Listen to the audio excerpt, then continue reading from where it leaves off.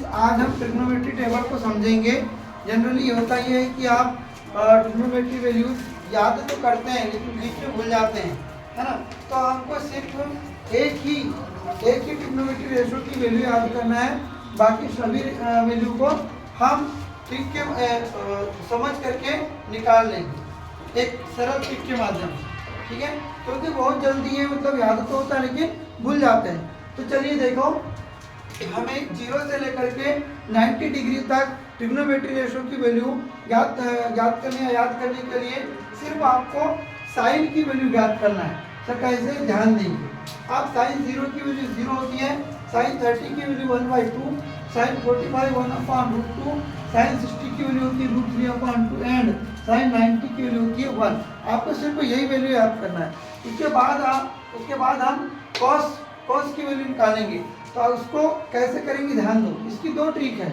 आप क्या करिए, जो आपने साइन की 0 से 90 तक की वैल्यू को याद किया है, आप उसी को कॉस के लाइन में उल्टा लिखना प्रारंभ करिए। जैसे कि ये लास्ट है तो फर्स्ट में आ जाएगा, सेकेंड लास्ट यहाँ सेकेंड में आ जाएगा, और साइन 45 मतलब बीच में ही रहेगा।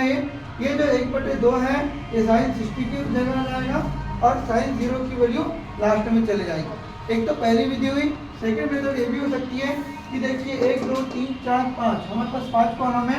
5 में से आप बीच में खड़े होइए, मतलब बीच में रहिए। आप बीच की वैल्यू पहले बीच की वैल्यू यहाँ पर पुट कर दीजिए। ये जो लास्ट वाली है एक, इसको फर्स्ट में एंड फर्स्ट वाली को लास्ट में कर दिया, ठीक है। लास्ट को फर्स्ट को लास्ट। सेकेंड लास्ट जो √3/2 इसको सेकेंड में रख दीजिए। पलटाना है आपको, √3/2 को यहाँ और 1/2 को हमने यहाँ पुट कर दिया, ओके। अब रही बात 10 की वैल्यू कैसे याद करेंगे या कैसे याद रखेंगे। तो एक्चुअली टेन थीटा होता है sign theta upon cos theta. That means tan theta जो होता है वह साइन और कॉस का रेशो होता है, ओके। तो sine theta upon cos theta आपने क्या किया, जैसे कि for example sine 0 upon cos 0, tan 0 की वैल्यू होगी तो साइन 0 की वैल्यू 0 है और कॉस 0 की वैल्यू कितनी है 1। तो आप इसका यहीं पर भाग लगा दीजिए। तो जब भी 0 में किसी निश्चित संख्या का भाग दिया जाता है तो हमें रिजल्ट में 0 ही मिलता है, ठीक है। तो आपने 0 में 1 का भाग दिया, 0 मिला। अब यहाँ से भाग लगा दीजिए सभी का, तो आपको 10 की वैल्यू मिल जाएगी। कैसे, ध्यान दो। 1 2 3 4, आपके पास 4 टर्म्स है। Second term and fourth term जब इक्वल हो, ठीक है, तो आप सेकेंड टर्म से फोर्थ टर्म्स को डिवाइड या कैंसिल कर सकते हैं। जब आप इसको भाग्य की संख्या को गुणा में लेकर के चलेंगे तो लास्ट वाला फर्स्ट हो जाएगा, मतलब ये 2 से 2 चला गया, बचा कितना 1/√3। सेम प्रोसीजर इधर भी करना है, ओके। 1 2 3 4, सेकेंड से फोर्थ वाला कट गया, सेकेंड से फोर्थ कट गया, बचा 1/1 हुआ। सेकेंड से फोर्थ तक कट गया, √3/1 मतलब 3 हुआ। और यहाँ ध्यान देंगे, यहाँ अक्सर आप गलती करते हैं कि 1/0 और 0/1 इनको दोनों को 0 लिख देते हैं। ऐसा नहीं है। जब 0 में किसी निश्चित संख्या का भाग देंगे तब रिजल्ट में हमको जो भागफल मिलेगा वो 0 मिलता है। लेकिन जब भी किसी निश्चित संख्या में हम 0 से भाग लगाते हैं, 0 से भाग देते हैं, तो वहाँ अपरिभाषित या इनफाइनाइट या नॉट डिफाइंड होता है।